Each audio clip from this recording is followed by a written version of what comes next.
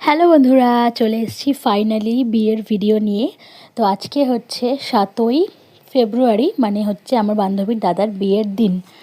তো সকালবেলা আমরা সবাই মিলে বেরিয়ে পড়েছি তারাপীঠের উদ্দেশ্যে, কারণ আমাদের যে বৌদি হতে চলেছে তার বাড়ি হচ্ছে তারাপীঠে। তো সকাল 10টায় বেরোনোর কথা ছিল, বাট আমরা সকাল 10টায় বেরোতে পারিনি। বেরোতে বেরোতে প্রায় 12:30 বেজে গেছিলো। আর অনেক রাস্তা, তোমরা তো সবাই জানো কলকাতা থেকে তারাপীঠ যেতে প্রায় 6-7 ঘন্টা লাগে। আর এটা হচ্ছে আমাদের ওই বাসটা, মানে যে বাসটায় করে আমরা আর কি যাচ্ছি। তো অনেক কারণে আমাদের যেতে যেতে প্রায় রাত 11:30 মতো বেজে গেছিলো। তো ফাইনালি এখন আমরা এসছি হচ্ছে মানে যেখানে বিয়েটা হবে সেইখানে। তো আমরা তাড়াহুড়ো করে রেডি টেডি হয়ে এখন বারাতি যাওয়ার জন্য বেরিয়ে পড়েছি। আর আমার ছেলে দেখো নাচার জন্য এতটা এক্সাইটেড যে দৌড়ে দৌড়ে যাচ্ছে।